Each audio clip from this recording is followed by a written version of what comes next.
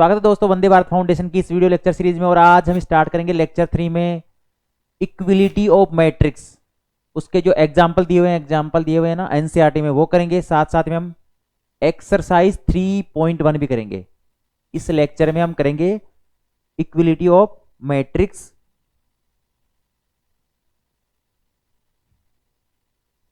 Lecture 3 में बात करेंगे इक्विलिटी ओ मैट्रिसेस, अवयवों की समानता। इसके बाद में हम बात करेंगे एनसीईआरटी के एग्जाम्पल्स दिए हुए ना, उनकी बात करेंगे। और एक्सरसाइज 3.1 की बात करेंगे। एक्सरसाइज प्रश्नावली 3.1 की क्वेश्चनों की बात करेंगे आज इस लेक्चर में। लास्ट लेक्चर में हमने देखा था अवयवों के प्रकार, कितने प्रकार के अवयव होते हैं। हमने 6 प्रकार के अवयवों की बात की थी, जैसे तत्समक हो गया, शून्य हो गया, स्केलर हो गया, डायगोनल हो गया, स्क्वायर हो गया। इन सभी के बारे में हमने क्या थी बात की थी। जैसे रो हो गया, कॉलम हो गया, इन सब चीजों के बारे में हमने बात की थी। सबसे पहले हम बात करेंगे इक्विलिटी ऑफ मैट्रिसेस।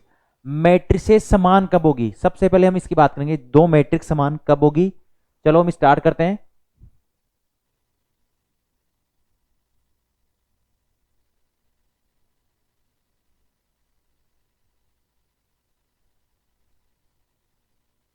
माना हम दो मैट्रिक्स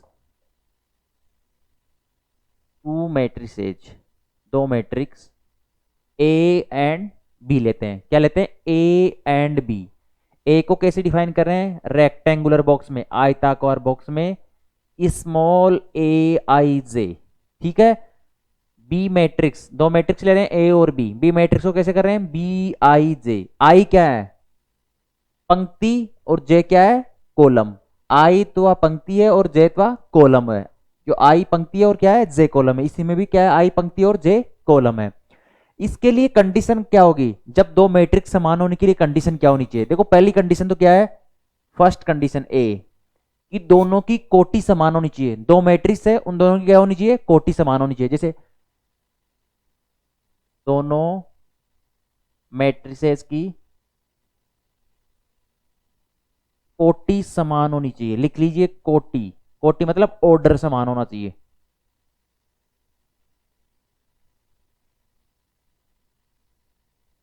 कोटि समान होनी चाहिए, पहली कंडीशन तो ये होगी। कोटि कैसे? जैसे एक मैट्रिक्स ले रखी है हमने ए, उसकी कोटि मतलब उसमें नंबर ऑफ पंक्तियां कितनी है? एम, और कॉलम कितने हैं? एन। एम पंक्तियां है, एन कॉलम है। तो इसमें भी क्या होनी चाहिए? एम ही तो पंक्तियां होनी चाहिए और एन ही कॉलम होनी चाहिए। जैसे इसमें पंक्तियों की संख्या क्या ले लेते हैं हम? 2 ले लेते हैं, और कॉलम की संख्या 3 ले लेते हैं। तो इस मैट्रिक्स में भी समान होने के लिए 2 ही पंक्तियां होनी चाहिए और 3 ही कॉलम होनी चाहिए। ये ध्यान रखना, इसमें कोटि समान होनी चाहिए। दोनों मैट्रिक्स की कोटि अगर डिफरेंट डिफरेंट है, जैसे हम लेते हैं इसमें ए मैट्रिक्स में क्या है?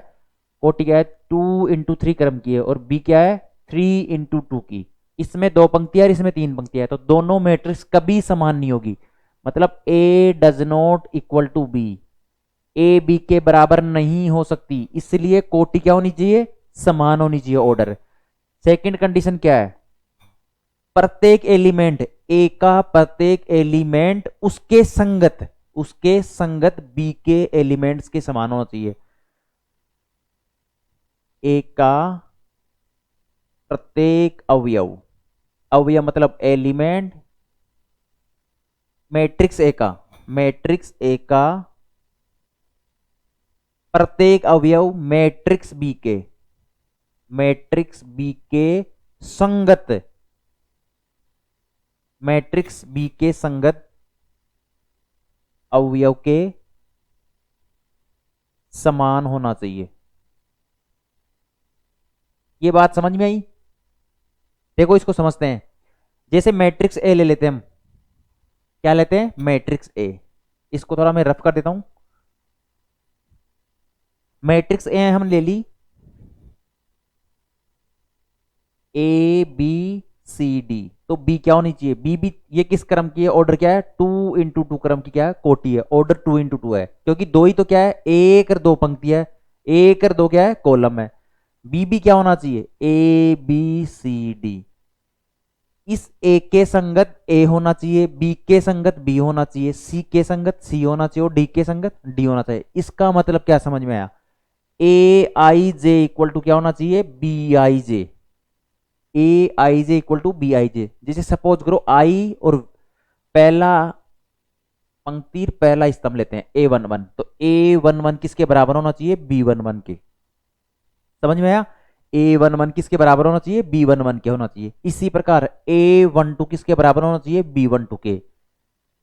ए टू वन किसके बराबर होना चाहिए, बी टू वन के। इसी प्रकार ए टू टू किसके बराबर होना चाहिए, बी टू टू के। ये कंडीशन होती है, प्रत्येक संगत अवयव बराबर होनी चाहिए, एलिमेंट बराबर होनी चाहिए। जैसे इसको फिर फॉर एग्जाम्पल के तौर पर समझते हैं।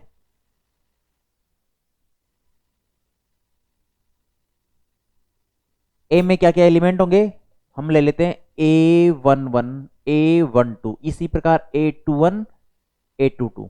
सेम बी क्या हो जाएगा, B one one, B one two, B two one, B two to.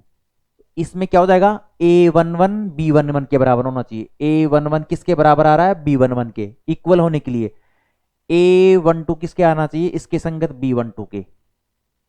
इसी प्रकार ए टू वन किसके बराबर आना चाहिए, बी टू वन के बराबर आना चाहिए, तभी मैट्रिक्स बराबर होगी। और ये ए टू टू किसके बराबर आएगा, बी टू टू के बराबर आएगा।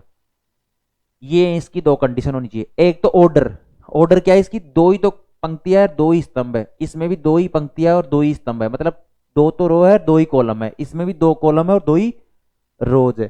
समझ में आई, दो कंडीशन हमेशा ध्यान रखना है, इन दोनों की कोटि समान होनी चाहिए और इन दोनों में क्या होते हैं, संगत अवयव। इसका अवयव इसके ये बराबर होना चाहिए, इसके लिए ये बराबर होना चाहिए, इसके लिए इसके समान होना चाहिए, ये इसके इक्वल होना चाहिए। समझ में आया।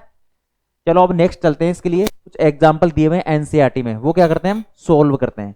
ये हमने देखा, इसके बाद हम सोल्व करते हैं। एनसीईआरटी के एग्जाम्पल्स दिए हुए हैं, वो सोल्व करते हैं।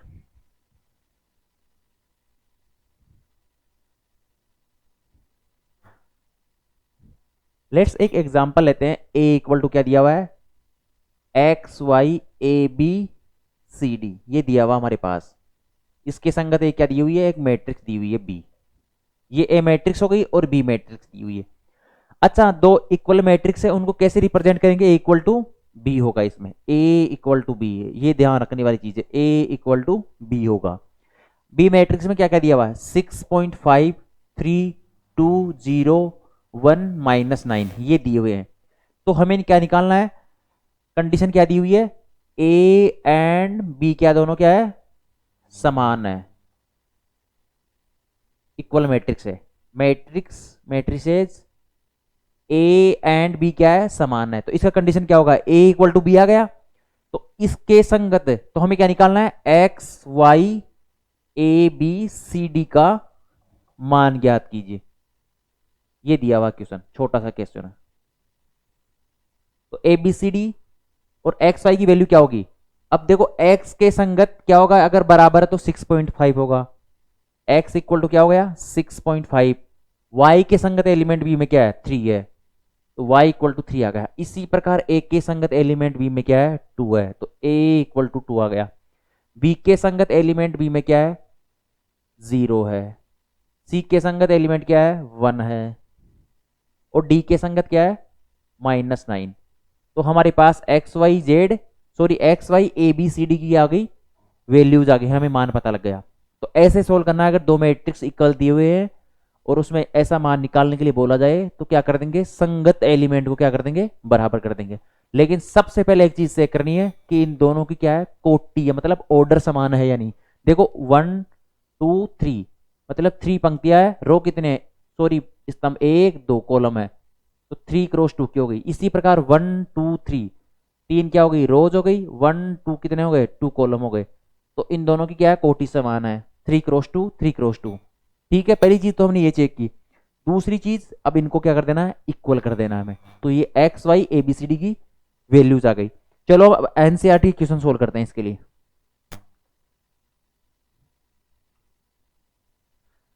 एनसीईआरटी में एग्जाम्पल नंबर क्या दिया हुआ है, 4 दिया हुआ है। उसको क्या करते हैं, हम सोल्व करते हैं।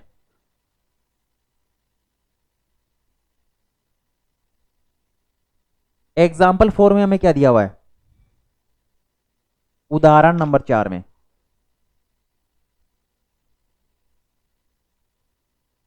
उदाहरण नंबर 4, इसमें क्या दिया हुआ है, यदि यदि x+3 z+4 2y-7 दिया हुआ है, -6 a-1 0 0 -21 दिया हुआ है और b-3 दिया हुआ है। यही दिया हुआ हमारे पास एग्जाम्पल नंबर 4 में। इसके इक्वल क्या दिया हुआ है, ये बराबर है दोनों मैट्रिक्स, 0 6 3y-2 दिया हुआ है। इसी प्रकार यहाँ क्या दिया हुआ है, -6 -3 2c+2 दिया हुआ है। इसी प्रकार यहाँ क्या दिया हुआ है, 2b+4 दिया हुआ है, -21 और 0 ये दिया हुआ है। और ये देखो ये दिया हुआ है, तो इसके संगत क्या निकालना है, a B c x y z का मान ज्ञात कीजिए। हो तो a B c x y z का मान ज्ञात कीजिए। अब देखो ऐसे क्वेश्चन को कैसे करेंगे, हम बेसिक से चलते हैं बिल्कुल। अगर ये दोनों मैट्रिक्स बराबर है तो इन दोनों का ऑर्डर मतलब कोटि समान होनी चाहिए। तो देखो कोटि समान है क्या, 1 2 3, कितनी है, 3 तो रो है, मतलब पंक्तियों की संख्या 3 आ गई, 1 2 और ये 3 कॉलम है, तो 3 क्रॉस 3 की मैट्रिक्स आ गई। देखते हैं इसमें भी 1 एक रो और 3 रो आ गई। कॉलम कितने, 1 2 और 3 कॉलम है, तो 3 क्रॉस 3 की मैट्रिक्स ये भी और 3 क्रॉस 3 की मैट्रिक्स ये है। तो इसका मतलब कोटि क्या है, समान है, तो ये दोनों क्या है, इक्वल मैट्रिक्स है। इक्वल मैट्रिक्स है तो इसका मतलब क्या हुआ, इनके संगत एलिमेंट भी क्या होंगे, बराबर होंगे। a11 किसके बराबर होगा, b11 क्या होगा, मतलब ये इसके बराबर होना चाहिए। अगर दो मैट्रिक्स बराबर है तो x+3 किसके बराबर आना चाहिए, 0 के बराबर आना चाहिए, 0 के बराबर आना चाहिए। तो इसको सोल्व करते हैं, तो x बराबर क्या हो गया, -3 आ गया, आया या नहीं आया, x+3 किसके बराबर आ रहा है, 0 के बराबर आ रहा है, तो x इक्वल टू क्या हो गया, -3 आ गया। इसी प्रकार z+4 किसके बराबर आना चाहिए, 6 के बराबर आना चाहिए, तो ये क्या आ गया, 6 आ गया। तो इसके बराबर क्या हो गया, z बराबर क्या हो गया, 6 - 4, तो z बराबर क्या आ जाएगा यहां से 2, ये आ गया हमारे पास। चलो अब देखते हैं इसके संगत ये बराबर है, तो इसका मतलब क्या हो रहा है, 2y-7 किसके बराबर आ रहा है, 3y-2 के, 3y-2 के बराबर आ रहा है। इसका मतलब क्या हुआ, अब देखो यहां से सोल्व करते हैं, इस 2y को इधर ले जाएंगे तो क्या बच जाएगा, 3y-2y कितना हो जाएगा y, और इस -2 को इधर ले आएंगे तो ये प्लस का हो जाएगा, तो ये y इक्वल टू -5 आ रहा है। इसको सोल्व करके देखो -5 ही आ रहा है। चलो देखते हैं ये वाला कौन सा एलिमेंट है, a21 ये b21 के बराबर होगा, तो -6 हो रहा है, बिल्कुल इक्वल आ रहा है। इसी प्रकार a-1 किसके बराबर आना चाहिए, a-1 -3 के बराबर आना चाहिए। तो इसका मतलब क्या निकल रहा है, a-1 इक्वल टू -3 आ रहा है। अगर इस माइनस को इधर लेके जाएंगे तो ये क्या हो जाएगा, प्लस का 1 हो जाएगा, तो a बराबर क्या हो जाएगा, -2 रह जाएगा केवल। समझ में आया। अब ये 0 के बराबर क्या आ रहा है, 2c+2, देखो 0 इक्वल टू 2c+2, तो c बराबर क्या आ जाएगा यहां से -1, क्योंकि इस इधर लेके आएंगे तो -2 हो जाएगा, और 2 से 2 क्या हो रहा है, कैंसिल हो रहा है, तो c बराबर क्या आ रहा है, -1 आ रहा है। अब इसी प्रकार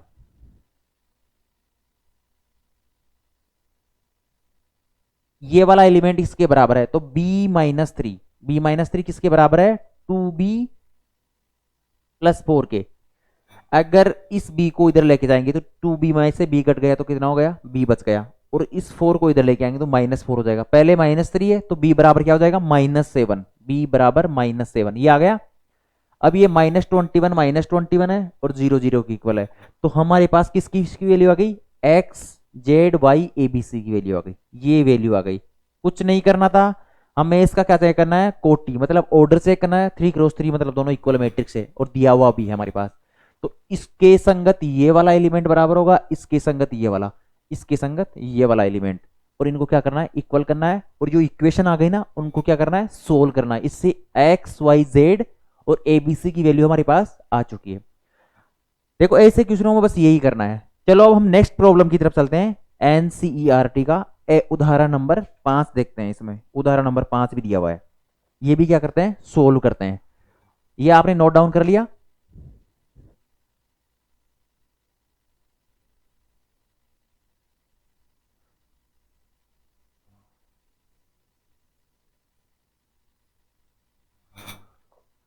उदाहरण नंबर 5 में क्या दिया हुआ है, यदि 2a plus b a minus 2b 5c minus b, sorry 5c minus d है ये, इसके बराबर है 4c प्लस 3d, इसके इक्वल है 4 माइनस 3 11 24, ये दिया हुआ हमारे पास। हो तो क्या दिया हुआ क्वेश्चन में, हो तो ए बी सी तथा डी का मान ज्ञात कीजिए, डी का मान ज्ञात कीजिए। यही दिया हुआ हमारे पास, बिल्कुल यही दिया हुआ है। अब हमें पता है दो अवयवों की परिभाषा से दो मैट्रिक्स समान कब होगी उसकी परिभाषा से देखते हैं हम लोग। अब देखो इसमें एक और दो क्या है, रो है, मतलब दो पंक्तियां है। कॉलम कितने हैं, एक और दो कॉलम है। इसी प्रकार इसमें एक और दो कितनी है, दो रो है, और कॉलम भी क्या है, एक और एक दो। इसका मतलब समझ में तो आ गया कि दोनों मैट्रिक्स क्या है, इक्वल है, इनकी कोटि भी समान है। तो इनके संगत अवयव भी, संगत अवयव क्या होंगे, समान होंगे, इक्वल होंगे, मतलब समान होंगे। तो ये किसके बराबर है, इसके बराबर है। तो हमारे पास यहां से क्या आ रहा है, 2a प्लस बी किसके बराबर है, 4 के बराबर है। तो हमारे पास क्या आ गई, एक इक्वेशन सी बन गई, 2a प्लस बी बराबर क्या हो गया, 4 आ गया। इसी प्रकार ये वाला एलिमेंट इसके बराबर है, a minus 2b equal to क्या हो गया, -3। अब हमारे पास a और b की क्या हो गई, दो इक्वेशन है, और दो ही क्या हमारे पास वेरिएबल है जिसको निकालना है। अब इन दोनों इक्वेशन को क्या कर लेंगे, हम सोल्व कर लेंगे। देखो इस इक्वेशन को 2 से मल्टीप्लाई करो, पूरी इक्वेशन को। इसको देखो पहले वाले को ऐसे कैसे लिखो, सोल्व करने के लिए 4 आ गया। इसको 2 से मल्टीप्लाई करो, 2 से मल्टीप्लाई करेंगे तो क्या हो जाएगा, 2a माइनस 4b बराबर क्या हो जाएगा, -6 आ गया हमारे पास। यही आ रहा ना। अब देखो इसमें से ये घटा देते हैं, ये माइनस हो जाएगा, ये माइनस पहले से है तो क्या हो जाएगा, प्लस हो जाएगा, ये माइनस पहले से है तो क्या हो जाएगा, प्लस हो जाएगा, हो जाएगा। ये प्लस के 2 है, ये माइनस के 2 है, हमने क्या कर दिया, घटाया है। ये प्लस का भी है और ये भी क्या है, प्लस का 4 भी है, तो 5 भी हो जाएगा, इक्वल टू क्या हो जाएगा, प्लस का 4 है और ये प्लस का ही वापस क्या हो जाएगा, 6 हो जाएगा, तो 10 आ जाएगा। यहां से b बराबर 5 का डिवाइड करेंगे 10 में 2 टाइम, तो b बराबर क्या आ जाएगा, 2 आ गया हमारे पास, आ गया b बराबर 2। तो ये क्या कर देंगे, a किसी भी इक्वेशन में पुट कर देंगे, फर्स्ट वाली इक्वेशन में पुट करते हैं। 2a प्लस b की जगह क्या रखेंगे, 2 बराबर 4। तो 2a बराबर क्या हो जाएगा, 2 इधर चला जाएगा तो माइनस का हो जाएगा, तो 2 बच जाएगा। तो a बराबर क्या आ जाएगा, 1 आ जाएगा। 2 से डिवाइड करेंगे तो a इक्वल टू 1। अब देखो हमारे पास a और b की क्या आ गई, वैल्यू आ गई। इसी प्रकार देखते हैं ये वाला एलिमेंट किसके बराबर होगा, इसके बराबर होगा। तो क्या हो जाएगा, 5c माइनस डी बराबर क्या आ रहा है, 11 आ रहा है। इसी प्रकार 4c plus 3d equal to क्या आ रहा है, 24। यही आ रहा है, बिल्कुल यही आ रहा है। चलो देखते हैं इस वाली इक्वेशन को क्या करते हैं, 3 से क्या करते हैं, मल्टीप्लाई करते हैं। तो 15c minus 3d equal to 33, यही आ रहा है। 3 से मल्टीप्लाई करेंगे तो इसको ऐसे कैसे लिखते हैं, प्लस 3d इक्वल टू 24। इन दोनों को क्या करते हैं, ऐड कर देते हैं। तो 15 प्लस 4 कितने हो जाएंगे, 19c 19c, -3 और प्लस 3d कितना हो जाएगा, 0 इक्वल टू 33 और 24 कितने हो जाएंगे, 57। ये आ रहा है, 57 आ रहा है। अगर 19 का आप 57 में देंगे तो कितने बार आएगा, 3 टाइम। तो c इक्वल टू क्या आ जाएगा, 3 आ गया यहाँ से, c इक्वल टू 3। और ये c इक्वल टू 3 किस में पुट कर देंगे, इस वाले इक्वेशन में पुट कर देते हैं। तो 5c की जगह 3 माइनस डी इक्वल टू 11 दिया हुआ है, ठीक है। तो d बराबर क्या हो जाएगा, 15 में से 11 घटाएंगे तो 4, तो d इक्वल टू 4। अब देखो हमारे पास a की वैल्यू 1 आ गई, b की वैल्यू 2, c की वैल्यू 3 और d की वैल्यू 4। तो हमने क्या कर दिया, दोनों को इक्वल कर दे, इसको इसके बराबर संगत एलिमेंट को बराबर किया और इक्वेशन बनी उनको क्या कर दिया, सोल्व कर दिया। दो ही तो वेरिएबल थी और दो इक्वेशन थी, तो हमारे पास क्या आ गई, ABCD की वैल्यू आ गई। तो ऐसे क्या करते हैं हम आगे सोल्व करते रहेंगे। अब चलो इसको नोट डाउन कीजिए। अब नेक्स्ट चलते हैं एक्सरसाइज 3.1। एक्सरसाइज 3.1 प्रश्नावली 3.1 क्या करते हैं, सोल्व करते हैं। इसके बहुत आसान सी दी हुई है, हम इसको डेप्थ से लेके चलेंगे। एनसीईआरटी का जैसे ये चैप्टर खत्म होगा, इसके अलावा हम एडवांस में क्या करेंगे, जेई मेन और एडवांस की क्या करेंगे, कुछ एक दो लेक्चर लिया करेंगे, जो आपके बेसिक्स को स्ट्रॉन्ग करेगा और आपकी स्पीड में बोर्ड की एग्जाम में भी प्रॉफिट होगा और आने वाली कॉम्पिटेटिव एग्जाम के लिए भी प्रॉफिट होगा। ये स्पेशली हिंदी मीडियम वाले बच्चों के लिए चालू किया गया है। देखते हैं प्रश्नावली 3.1 क्या दिया हुआ। पहला क्वेश्चन, क्वेश्चन नंबर फर्स्ट दिया हुआ है, अवयव है A इक्वल टू क्या दिया हुआ है, अवयव है A इक्वल टू 2 5 19 माइनस 7, इसी प्रकार 35 माइनस 2 5/2 12 है। क्या दिया हुआ है, √3 दिया हुआ है, कुछ ऐसा ही लिखा हुआ है, √3 है क्या ये,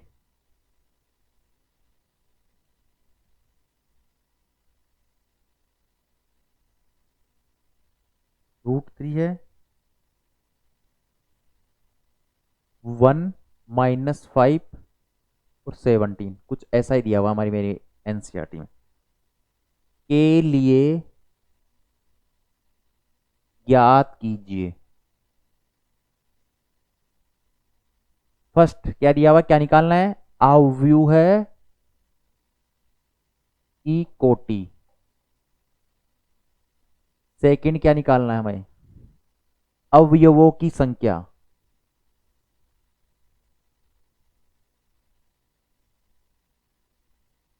थर्ड क्या निकालना है हमें, अवयव निकालने हैं, अवयव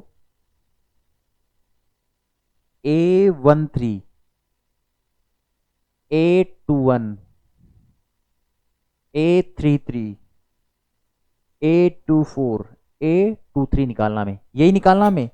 ये हमें क्या दिया हुआ है, मैट्रिक्स के एलिमेंट दिए हुए हैं, हमें निकालना है अवयव है की कोटि, मैट्रिक्स का ऑर्डर निकालना है। अवयव की कोटि क्या होती है, देखो हमें देखते हैं अवयव की कोटि, कोटि जिसको हम बोलते हैं order, number of rose multiply number of column, cross ऐसे लिखते हैं। पंक्तियों की संख्या, पंक्तियों की संख्या गुणा स्तंभों की संख्या, यही होता है। अब देखो इस मैट्रिक्स में क्या दिया हुआ है, पंक्तियां कितनी दी हुई है, देखो 1 रो 1, ये क्या है रो 2 और ये क्या है रो 3, यही है 1 2 3 रो है, तो क्या हो जाएगा 3 क्रॉस कॉलम कितने हैं, ये कितना हो जाएगा C1 C2 C3 और C4, 4 कॉलम है, तो इसका ऑर्डर क्या हो जाएगा 3 × 4, कुछ करना ही नहीं था, 3 × 4 क्या आ जाएगा, इसका ऑर्डर आ गया, मतलब कोटि आ गई। इसी प्रकार हम बात करें अवयवों की संख्या कितनी है, एलिमेंट कितने हैं, 3 × 4 कितना होता है 12 है, तो सेकंड क्या आ जाएगा 12 एलिमेंट है इसमें, 3 × 4 कितना हो गया 12 है, तो कितने एलिमेंट देखो यहां से भी गिन सकते हो 1 2 3 4 5 6 7 8 9 10 11 12 है। क्या आंसर सही है, तो 3 × 4 की मैट्रिक्स है तो 12 एलिमेंट हो जाएंगे, इन दोनों को क्या करना है मल्टीप्लाई करना है। अब देखते हैं ये वाले एलिमेंट क्या होंगे, इसका थर्ड क्या निकालना, A13, फर्स्ट वाला क्या होता है पंक्ति होती है, दूसरा क्या होता है स्तंभ, रो और कॉलम, तो पहली पंक्ति है और तीसरा कॉलम है, पहली पंक्ति ये वाली हो गई और तीसरा कॉलम C3, पहली वाली पंक्ति ये वाली पंक्ति हो गई और तीसरा कॉलम, तो क्या हो जाएगा A13 कितना आ जाएगा 19। इसी प्रकार हम बात करें A21, A21 का मतलब क्या है, दूसरी पंक्ति पहला स्तंभ, 1 2 दूसरी पंक्ति पहला क्या है स्तंभ है, तो 35 आ गया, कुछ करना ही नहीं है इसमें। देखो 3 3। तीसरी तो पंक्ति है, थर्ड तो पंक्ति है और तीसरा स्तंभ है। देखो थर्ड पंक्ति है और ये तीसरा स्तंभ, -5 आ गया। इसी प्रकार A24 दूसरी पंक्ति है और चौथा स्तंभ है। देखो ये दूसरी पंक्ति है और चौथा स्तंभ 12 है। A24 12 है। इसी प्रकार A23 दूसरी पंक्ति है, तीसरा स्तंभ है, दूसरी पंक्ति तीसरा स्तंभ, 5/2। यही आ रहा है, बिल्कुल यही आ रहा है। तो ये क्वेश्चन क्या हो गया, ऐसे आसान वे में सोल्व हो गया। हमें पता होना चाहिए कोटि क्या होती है, इसके एलिमेंट कैसे निकालते हैं। 3x4 में क्या हो जाएगा, 12 एलिमेंट, और कौन सी रो है, कौन सी स्तंभ है। तो इसको नोट डाउन कीजिए। अब फिर नेक्स्ट चलते हैं सेकंड क्वेश्चन पर।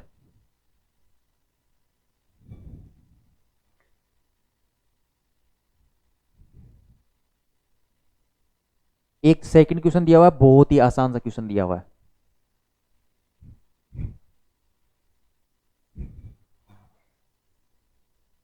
अगर फिर भी कोई डाउट हो तो डिस्क्रिप्शन बॉक्स में टेलीग्राम लिंक दी हुई है, आप टेलीग्राम को ज्वाइन कीजिए। वहाँ मेरे कांटेक्ट नंबर है, तो वहाँ से आप क्या कर सकते हो, मुझे मैसेज कर सकते हो। टेलीग्राम पर आप कुछ भी सेंड कर सकते हो। तो देखिए क्वेश्चन नंबर 2, यदि किसी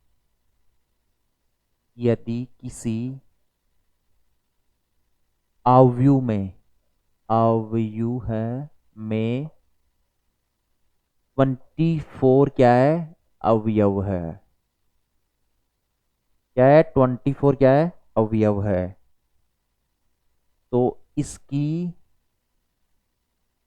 संभव कोटियां क्या होगी, इसकी संभव कोटियां क्या है, संभव कोटियां क्या है, यदि इसमें 13 अवयव, मतलब एलिमेंट 13 अवयव हो तो कोटियां क्या होगी। कोटियां निकालनी है, आसान सा है ये भी। इसी प्रकार थर्ड क्वेश्चन में क्या दिया हुआ है, यदि किसी अवयव में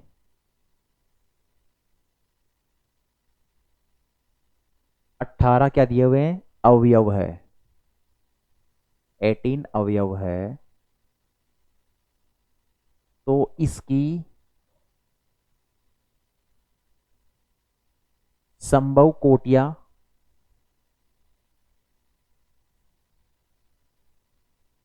क्या है। यदि इसमें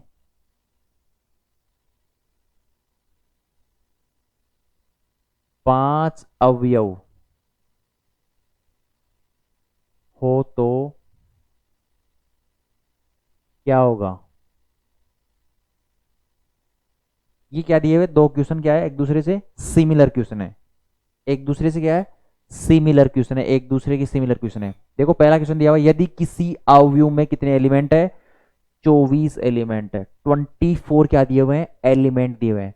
तो संभव कोटियां क्या होती है, एलिमेंट को कैसे लिखते हैं, एम क्रॉस एन की मैट्रिक्स है, तो एलिमेंट कितने हो जाएंगे इसमें, m cross n, m n लिखते हैं, मतलब इनका मल्टीप्लाई।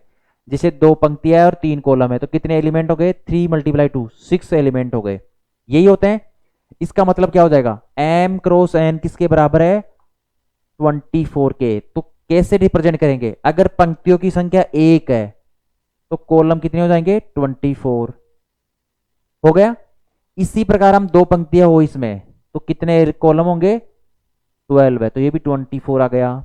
इसी प्रकार कितनी संभव कोटियां होगी, तो 3 होंगे, तब कितना हो जाएगा, 8 कॉलम हो जाएंगे, ये भी 24। इसी प्रकार अगर 4 कॉलम हो, सॉरी 4 क्या हो, पंक्तियां हो, तो 6 क्या हो जाएंगे, कॉलम हो जाएंगे। हो रहा है ये। अगर इसी प्रकार क्या हो, 6 क्या हो, पंक्तियां हो, तो 4 कॉलम हो जाएंगे। इसी प्रकार अगर 8 पंक्तियां हो तो कितने हो जाएंगे, 3 कॉलम हो जाएंगे। इसी प्रकार क्या हो जाएगा, अगर 12 पंक्तियां हो तो क्या हो जाएंगे, 2 कॉलम हो जाएंगे। और अगर 24 पंक्तियां हो तो क्या हो जाएगा, 1 कॉलम। तो ये क्या हो जाएंगे इसके संभावित कोटियां हो जाएगी 1 क्रॉस 24। तो 24 को कैसे कर सकते हैं, ये संभावित हो गया 1 2 3 4 5 6 7 8। तो संभावित कोटियां की संख्या कितनी होगी, 8 होगी। 1 क्रॉस 24, 2 क्रॉस 12 है, 3 cross 8, 4 cross 6, 6 cross 4, 8 cross 3, 12 cross 2, 24 cross 1। ये क्या हो जाएगी, 24 की संभावित कोटियां हो गई। ठीक है। अगर हम बात करें 13 अवयव हो, क्या हो जाएंगे 13, तो m क्रॉस n किसके बराबर हो जाएंगे, 13 के। तो 1 क्रॉस 3 13 लिख सकते हैं और 13 क्रॉस 1। इसका और कोई डिविजिबल रूप नहीं है। इसको 13 को केवल 1 से डिवाइड कर सकते हैं या 13 से डिवाइड कर सकते हैं। तो क्या, तो या तो एक पंक्ति और 13 स्तंभ होंगे या 13 पंक्तियां और 1 स्तंभ होगा। तो इसकी संभावित कोटियां कितनी हो जाएगी, 2 हो जाएगी। इसकी 8 थी, इसकी 2 हो गई। हो गया ये क्वेश्चन। 24 में तो क्या है, 2 3 4 6 8 का क्या होता है, और 12 डिवाइड कर सकते हैं। लेकिन 13 को केवल 1 क्रॉस 13 और 13 क्रॉस 1, क्योंकि ये क्या होने चाहिए, पूर्णांक नंबर होने चाहिए। आ गए ये चीज समझ में। चलो अब इसका नेक्स्ट देखते हैं। ये क्वेश्चन नंबर 2 हो गया हमारे पास। अब क्वेश्चन नंबर क्या करते हैं, 3 देखते हैं इसका। क्वेश्चन नंबर 3 के अंदर यदि किसी अवयव में क्या है, 18 अवयव है। 18 अवयव का मतलब हो गया m क्रॉस n की क्या है, मैट्रिक्स है। इन दोनों को मल्टीप्लाई करेंगे तो कितना आ जाएगा, 18 आ जाएगा। तो अब क्या लिख सकते हैं, अगर एक पंक्ति हो तो 18 क्या हो जाएंगे, स्तंभ हो जाएंगे। इसी प्रकार अगर 2 पंक्ति है तो 9 स्तंभ हो जाएंगे, क्योंकि 18 एलिमेंट दिए हुए हैं। इसी प्रकार अगर 3 पंक्ति है तो क्या हो जाएंगे, 6 स्तंभ हो जाएंगे। हो गए। इसी प्रकार 6 पंक्तियां है तो क्या हो जाएंगे, 3 स्तंभ हो जाएंगे। और तो केवल किस किस से डिवाइड है, 1 से डिवाइड है, 2 से डिवाइड है, 3 से डिवाइड है और 6 से डिवाइड है। इसी प्रकार 9 से डिवाइड है, तो 9 तो क्या हो जाएगी, पंक्तियां 2 स्तंभ हो जाएंगे। अगर 18 पंक्तियां हो तो एक क्या हो जाएगा, स्तंभ हो जाएगा। तो हमारे पास कितनी संभावित हो गई इसकी कोटियां, 3 6, 6 संभावित कोटियां। 18 को 1 2 3 6 9 और 18 से डिवाइड कर सकते हैं। तो कितनी आ गई, 6 संभावित कोटियां।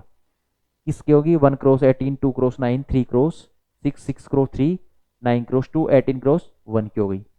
अगर 5 अवयव दिए हुए हो तो 5 केवल 1 से और 5 से डिविजिबल है। तो m क्रॉस n क्या आ गया, 5। तो 1 क्रॉस 5 की मैट्रिक्स हो गई या 5 क्रॉस 1 की। तो ये कितने टाइप में लिख सकते हैं, 2 कोटियां होगी इसकी। 2 टाइप से क्या होगी, कोटियां होगी। ये आपको समझ में आया। ये बहुत आसान सी प्रॉब्लम्स दी हुई। अब नेक्स्ट क्वेश्चन नंबर 4 से लेकर क्वेश्चन नंबर 10 तक नेक्स्ट लेक्चर में बात करेंगे। 3.1 की क्वेश्चन नंबर 4 से क्वेश्चन नंबर 10 तक नेक्स्ट लेक्चर में बात करेंगे। इसको डिटेल से समझेंगे, हर एक प्रॉब्लम को धीरे धीरे बारीकी से समझ समझ के क्वेश्चन करेंगे। अगर आपको फिर भी डाउट हो तो कमेंट सेक्शन में आप जरूर बताइए। धन्यवाद। वंदे भारत फाउंडेशन से जुड़े रहने के लिए इस वीडियो को अधिक से अधिक बच्चों तक पहुंचाने का कोशिश कीजिए, जिससे गांव देहात में रहने वाले बच्चों तक ये इसका लाभ उठा पाए। धन्यवाद। कल फिर मिलते हैं इसी टाइम।